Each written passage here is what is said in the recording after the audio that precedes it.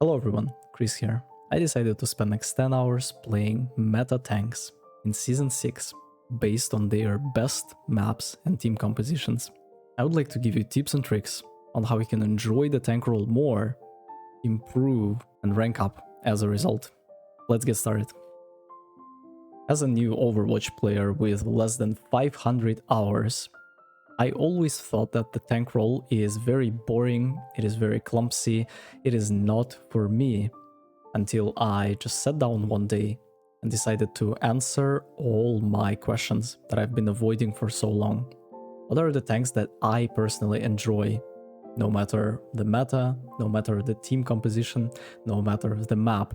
What kind of tank resonates with my personal playstyle? What kind of tank I would want to play if I were to choose a single character to play for the rest of my life?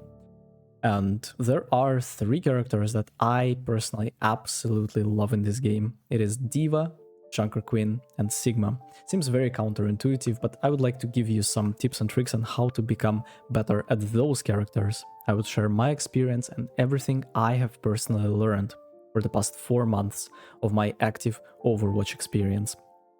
Let's get started with D.Va, and one of the most important aspects of playing this character is map dependence. The fact that you are an exceptionally strong character, if you can utilize high grounds, if you can make sure that you are on top of your opponents, you are being annoying, you are creating off angles, and just spamming the hell out of them. The maps like Watchpoint Gibraltar, Numbani, Dorado, Paraiso are great maps with high verticality, and even if players will go for a counter, such as Zarya, it's not a problem. By the way, notice the quick bug where I swapped Reinhardt and went for a pin onto the enemy Reinhardt. Lifeweaver gripped the Reinhardt out of it, and I pinned the soldier instead. This has to be one of the coolest moments. Anyways, back to the D.Va. When you understand what kind of map do you want to play the character on, you have to ask yourself, how can I make sure that I don't feed? Why do I keep dying all the time? And the answer is pretty simple. You either just reusing your matrix too much, or you're just overusing your matrix too much, or you constantly find yourself in a position where you are out of line of sight of your Ana player. By the way, Ana is literally the best support in the game, especially for D.Va, as she can gain insane value with Nano, just as you will see on this particular clip, I think. Here is gonna be a nice cleanse from my Kiriko. I'm gonna kill the Brig, and will I receive Nano here? We'll never know. So here, again, they are playing characters without the access to high ground, without the access to verticality. And this is a complete disaster. There is nothing they can do to save themselves, and they find themselves in a situation of pain, suffering, and misery. We are continuing our domination here, and I'm going for the baby D.Va. Kinda lost because this was the first game of the challenge, and I'm a little bit rusty every single time I go for it. I am not afraid to dive in, as I understand that there is an Ana in my line of sight, so I'm never breaking the line of sight with her. I know that she's on the high ground and she's not in danger to heal me. We are also comfortable because I have the D.Va bomb, and every single time they would try to kill me, I would want to go for maximum value, and this is very, very important. You would want to go for maximum value before you die, and then press the bomb as you are dying. With the recent buffs to D.Va, this character becomes the #1, and with the Winston nerf, it's safe to say that D.Va is very, very dominant on maps like Watchpoint Gibraltar, Numbani, and Dorado. Such a great character, one of my favorites. For the second hour of the challenge, I decided to switch things up and tried a new character that I rarely play, Orisa. With the recent buffs when she got in Season 6, I wanted to test out this character and see what are her possibilities and limitations, and whether I will be able to enjoy her and play her more or not. There are a few problems that I personally have with this character. First of all is a visual clutter that she creates with every single ability she has. I'm playing later on at night, because I am working and there is no other time that I can do that. And every single time I use my windmill, every single time I shoot, it is just painful for my eyes.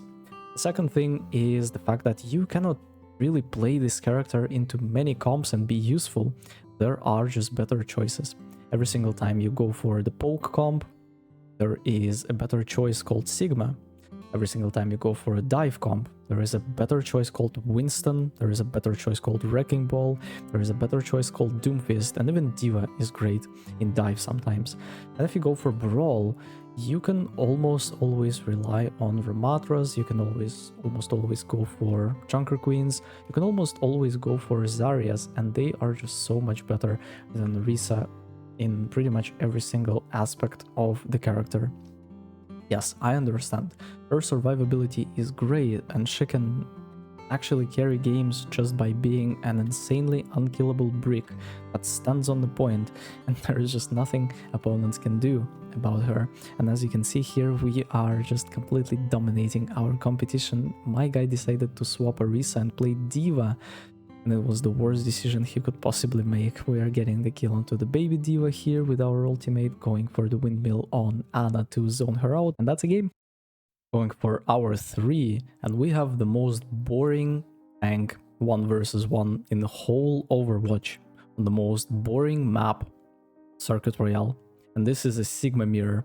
Every single time you play this, you would rather go and do something else, simply because for the majority of the time you are shooting the shield, mindlessly trying to rock each other without any progress and motivation to do so, as the map is just limiting the options to flank, map is just limiting the options to do anything else rather than poke each other and see who's gonna poke each other better. Anyways, dude swapped Sigma and game became a little bit less boring and a little bit more fast-paced. As you can see, he went Monkey, which is a horrendous choice on this map because, as I've already said, there are no flanking routes for the Tracer that you can pair Monkey up with, and you are just, yeah, it's just a complete disaster. Here we are going for an insane clip onto the Sigma, and I absolutely love playing this character, not for the character itself, but for all of the cool things that Sigma gives you. I absolutely enjoy his left clicks, I absolutely enjoy landing the stuns with the rock. I really like the ultimate, and when you can really get the grip of the character, you quickly realize how overpowered Sigma on maps such as Circuit Royale, on maps such as Havana and Junkertown, as you would want to protect your snipers from the danger, from the enemy poke comp. And this is just beauty. As you can see, we are going for a nice kill onto the Mercy, and this guy is gonna die as well. Beautiful. I absolutely love playing Sigma. This makes me absolutely happy. And every single time I play Circuit Royale and there is an other tank rather than Sigma, I understand that I'm gonna have insane value regardless of what he's playing. Even if he tries to counter me with stuff like Reinhardt, Ramatra, geometry of the map will just not allow him to even come close to me and bring any value. So we'll learn Sigma. Hour 4, and I finally was able to play my all-time favorite tank, Junker Queen. The fact that you can play this character on almost every single map, except maps with verticality, and except maps where Sigma is present. Junker Queen is still a meta character. I would probably place her at the middle of A tier, as I'm about to do the tank tier list for Season 6 to dominate in Ranked. This character has insane ability to carry games. She is quite strong as a DPS character. Even while your DPS are not doing enough, you have the potential to carry games on your own. The fact that your ultimate is still very strong, and if opponents are not playing Kiriko to counter you, this is just a disaster. Here are 2 clips back to back of me sending Soldier off the map. Jesus Christ. What a tragedy. Tank is exceptionally fun to play, especially paired up with Lucio. Stay tuned for later hours, as I'm gonna play one of the coolest games that I personally played so far. It was a very high elo game where It feels like everyone was trying their very best until the end, and every single micro and macro mistake that players were doing were punished quite tremendously. As you can see here, I am going for an invincible, invulnerable kind of playstyle where I'm hugging the walls all the time. I am not swinging wide open. I'm just shooting behind the cover, trying to land my knives, going for the melees, going for a shot and a melee on the tank, and then if I have the chance, I'm gonna swoop some kills with my E. And as you can see, my supports are back in town for some action, and this is exactly how we're gonna get tight game right there. I'm gonna stand behind the corner, and in order for people to swing me, they would have to be exposed to my team, and this is the power of the tank. This is the power of the tank. Here we are going for the soldier. Beautiful kill. This is exceptionally satisfying. This Mercy was trying to res or something, got absolutely devoured with Nano, and we are going for Ana. Unfortunately, we could not get it as we got slapped. Going for the kill to the Doomfist as he just absolutely runs away and retreats. And this is another important topic that I would like to discuss on. The fact that people are dying for nothing when they have the chance to disengage. This is very important, and majority of you are doing the same mistakes all over again. We'll speak about it in later hours. Hour 5, and what a surprise, we have Junker Queen again. This character is living rent-free in my head, and I absolutely love the gameplay that she brings in. And if we are speaking about Junker Queen, it's very important to talk about matchups and lineups. You would want to have Kiriko Lucio as your backline for the most fun you can possibly have on this character.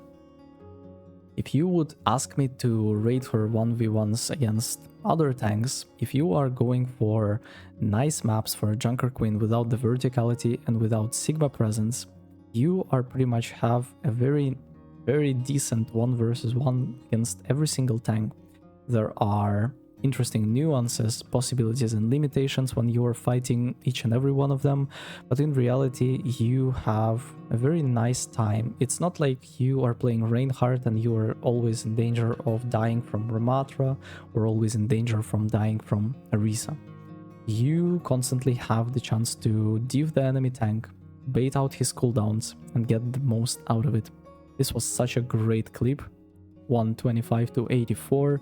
This is going to be overtime. Beautiful flick onto the Pharah as we are jumping on this Mercy. I got hacked. We are continuing our domination. My Ana is way out of position. Unfortunately, I lagged here a little bit, but we are juking around the corner a little bit, waiting for the Zarya bubble to disappear just to absolutely destroy her and win the game. Hour 6, and we are going for another map with verticality. I asked my duo to play Ana to help me survive on the enemy high ground while I am poking enemies like that. This is just a complete disaster, and every single time you would want to do anything against that on static characters with no ability to reach the high ground, you're just gonna end up dying, and dying. What a beautiful sequence of moves from my Sombra. Every single time this D.Va would want to fly up the high ground and contest it with me, she would hack her, allowing me to deal additional damage, and this was actually so satisfying. This was super duper satisfying to play. As you can see, we are just holding the high ground, and the idea behind holding it is the fact that there is no way for the enemies to push the cart without being exposed to us. Simple, but no one is utilizing that. People are still playing Reinhardts on these maps, people are still going for Orisas, and every single time you are playing D.Va, you will just have very unfair advantage over those players. Because if they are clueless, this is exactly the reason to punish them for it. As you can see here, we are just continuing our domination and completely destroying our competition. Again, another attempt to really do anything against us on the high ground, but it is just an absolute cancer. There is nothing you can do. I have my D.Va bomb ready, and I can see that this D.Va is way overcommitted, so we are going for her. I'm not afraid to die and lose my mech, as I have in this game just got stuck on the pole. I'm not afraid to die, I'm not afraid to lose my mech, as I can always ult it out. And again, going for the high ground every single time, exposing as little of your body as you possibly can, and high ground is the perfect place to do so. As you can see, both of my supports are in the line of sight, and even though they are pushing the cart, we are just in complete control of the situation here. Going for the Ana. I am still very much mechanically new to the concepts of D.Va, as I always thought that this character is pretty weak, but especially with the recent buffs, when you have 3.5 seconds instead of 4 seconds on your thrusters, on your shift, this character is just insane. And here is going to be an attack. We easily got the first point, struggled on the second one against Zarya, but in reality it is just not a problem. Here I went for the zoning bomb, and then I got rezzed right here, went for my Mercy just carried us out right there like a madman. Here I am going for the Zarya, not shooting her bubble, not trying to save or charge her, and we got the W. Hour 7, and I'm afraid this is going to be another map with high verticality called Paraiso. Here I am absolutely not afraid to go in again, as I have the bomb. It was super duper lucky that Hanzo missed his shot, but we are continuing our domination on the first point. I'm feeling very safe versus Lifeweaver Kiriko lineup, as they literally have nothing to kill me.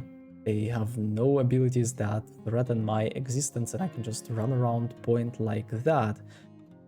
Constantly peel for my backline. Peeling for the backline means that you are defending your supports against their dive threats. Here we absolutely messed them up on the first point, they got it, and then here they swapped Zarya, and we kind of struggled a bit for some time. I asked for Nana, got it, and we were able to completely cook our competition. There is just nothing they can do, as Zarya can only like throw 2 bubbles realistically at her teammates, and that's it. That's it. While I can access high grounds, I can peel for my backline, I can go for the enemy backline, I can zone out, I can bait out bubbles and be super duper more useful than my counter. Remember that it's not about what you play, it's about how you play it. Here's another example. Zarya is trying to push the payload, the whole team is zoned out, they are like completely disclosured, if that's the word to use, and we just got a free round 1. Here we are going for attack, almost got the kill onto the soldier, pretty unfortunate that I didn't. Here I'm going for the Lifeweaver, and I made a little mistake here. My matrix is full, and instead of waiting for my matrix to go full, I use it, so it did not recharge, and here I should have died. This is a macro mistake that should have cost me a life. My supports are there, I am standing in the line of sight of them, and we are ready to re-engage and get the first point. Unfortunately, their tank just decided to like give up, simply because Zarya is not a great option versus D.Va on maps with verticality. And that's gonna be game. Oh, I remember this hour 8 game vividly. We are going for an Antarctic Peninsula, and the first point felt like an absolutely unmovable mountain. Do you remember the time where you had a problem with such difficulty that you literally couldn't do anything? This is exactly how I felt playing the first point of Antarctic Peninsula on Junker Queen. Reinhardt is a problematic character to play against, especially if your team is not shooting the shield. If they are running something like Sombra Tracer, you realistically understand that the Reinhardt shield is never going to be broken, and you have to find ways to really outplay and go for a different approach in that regard. So here it is 99-1, this is not looking absolutely good. We lost the first point. I decided to scream at my teammates for a little bit, and they got Pharah Mercy. This was our time to come back. Here we're going for a nice E onto the Reinhardt, great boop for my Pharah player, and like you don't even realize how important teammates are until you lose them, until you lose their presence. You don't even realize how much they do. You tend to overestimate your impact in the game and underestimate the impact that your players are doing. Very sad reality that we are living in, but I guess this is just our basic psychology right there. here was a very interesting moment. The Lifeweaver tree saved everyone from the D.Va bomb as it was disappearing. Very interesting observation that I never caught while I was playing it. I was like, yeah, just D.Va bomb did not work or something. Here we went for the Batiste, and yeah, it is just, I absolutely love playing Junker Queen. Very, very fast-paced character, very high damage output. You don't need to survive, you don't need to struggle, you don't need to be a person that's gonna die. You can just like, you can just pull the enemy queen with the knife and then just press E and win her. But in reality, Junker Queen is just a very satisfying tank. I wouldn't say she is stronger than Ramatra, as Ramatra ultimate has more potential, but in reality, Junker Queen is a lot more fun, at least to me. This is exactly why I will continue playing her, and ultimately I would want to do a 10-hour challenge on her. This is gonna be very, very interesting, as I'm sure I will be able to learn a lot more. There was a very interesting interaction. I tried to press my Q and got cancelled by the life grip. Or not life grip, Zarya ultimate. That's the game. That's the game that I was talking about. This was one of my favorite games that I've played for the past months, easily. The fact that you have Lucio that understands how to play around the tank. The fact that you have a team that's ready to press W on the enemy team is so freaking important. I am flabbergasted to see characters that work together in a synergy, especially when it's a fast-paced game.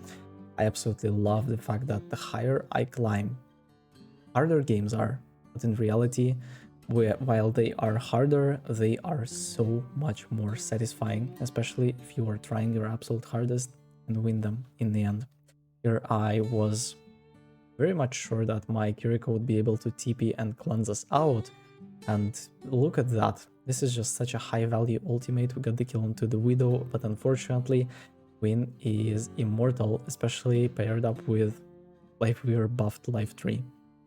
There is just nothing you can do. Unfortunately, I wasn't able to catch Zenyatta with my E, got stuck on the payload, almost died because of it, missed my knife. Realistically speaking, I would be able to kill Hanzo here if I were to hit it.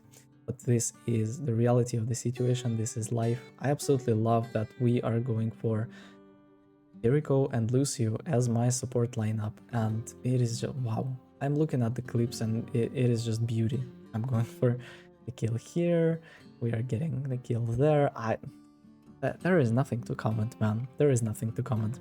If you are a player that feels like Overwatch is a boring game, you should absolutely go make friends and never play it again, uninstall it and never play it again. But yeah, if I'm being serious, try to get a group of friends and go for the Lucio, Kiriko, Junker Queen. And then you can go for we're gonna be great DPS with that. Probably Somber Tracer is gonna be really nice to play with, although I feel like Winston is gonna be better in that regard. Here another clutch moment. I was only able to hit Cassidy, but it was enough to kill him. It actually wasn't enough because Life Grip saved him. And here I'm going for the kill onto the Lifeweaver, and I'm looking to touch, and I understand that my team will be able to help me out. Unfortunately, we missed that opportunity, but here we are present still. We are going for a complete outplay, even though payload is already dead. Come on, bro. Stop riding a dead horse. You just need to accept the fact that we lost and move on.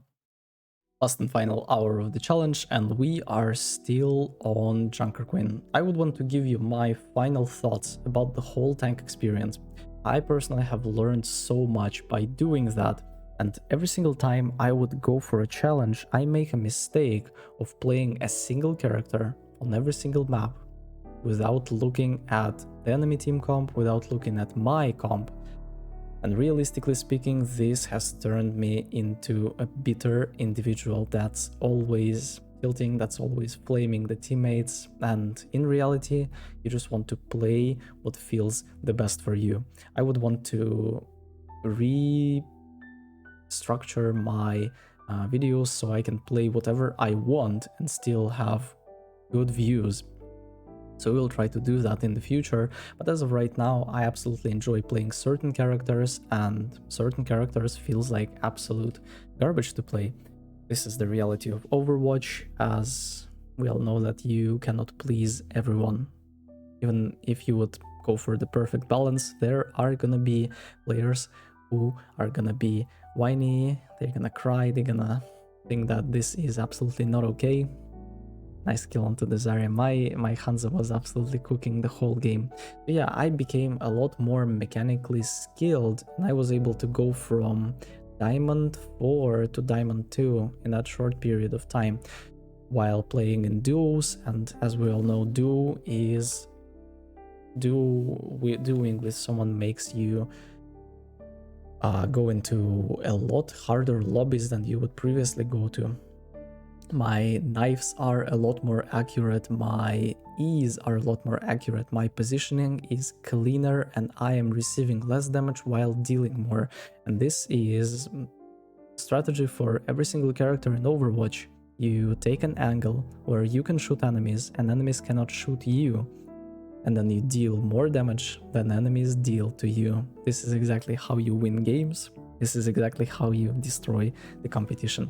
Beautiful kill right here, and oh my god, look at that clutch moment from my Kiriko. God bless support players. I was able to ultimate, and we were able to win the game because of that. Thank you very much for watching. See you in the next one. Take care.